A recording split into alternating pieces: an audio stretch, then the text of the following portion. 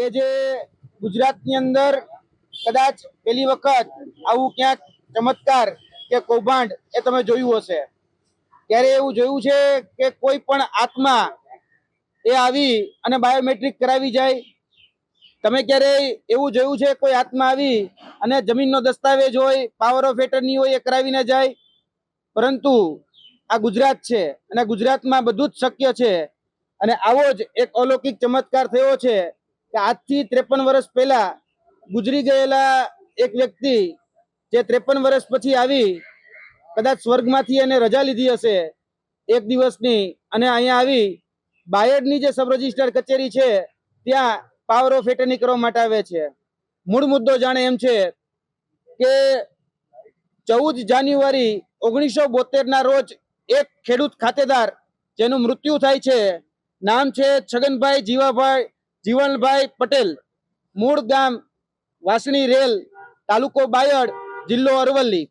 આ જે વ્યક્તિ છે એ વ્યક્તિ આજથી 53 વર્ષ પહેલા એ મૃત્યુ પામે છે અને લગભગ 70 વર્ષની ઉંમરે મૃત્યુ પામે છે।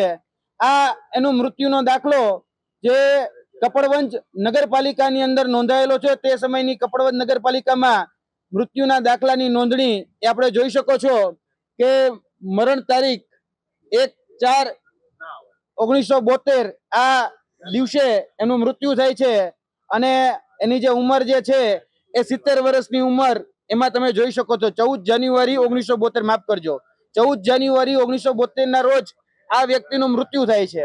હવે આ વ્યક્તિ લગભગ 53 વર્ષ પછી બાયડની રજિસ્ટર કચેરીની અંદર જીવિત થાય છે અને તેમાં એક પાવર ઓફ એટર્ની કરાવે છે। છગનભાઈ જીવણભાઈ પટેલ જે પાવર ઓફ એટર્ની કરાવે છે દિનેશભાઈ નાથાભાઈ પટેલ ના નામે। આ દિનેશભાઈ નાથાભાઈ પટેલ એ મૂળ અમદાવાદના છે અને એના નામે આ દસ્તાવેજી પુરાવો એ તમે જોઈ શકો છો કે આની અંદર 20,60,000 રૂપિયાની રકમ લઈ અને આ દસ્તાવેજ એ કરવામાં આવે છે। જમીન કૌભાંડનું જે આજે મેં ન્યૂઝમાં સોશિયલ મીડિયામાં આવેલું છે એ મેં જોયું હમણાં અને આખો મુદ્દો વાંચ્યો છે। હવે એ બાબતે હું અમારો દસ્તાવેજો પુરાવો, પછી એનું રેકોર્ડિંગ અમારા દ્વારા જે લેવામાં આવે છે અહીંયા, એ બધી તપાસ કરું છું પૂરતી, અને એ પછી શું ધ્યાનમાં આવે છે એ મુજબ વડી કચેરીને જાણ કરી અને પછી વડી કચેરીના કહેવા મુજબ કાર્યવાહી કરવામાં આવશે આગળ। આ જ પ્રકારની તમામ અપડેટ જોવા માટે ન્યૂઝરૂમ ગુજરાતને લાઇક, શેર અને સબસ્ક્રાઇબ કરવાનું ભૂલતા નહીં।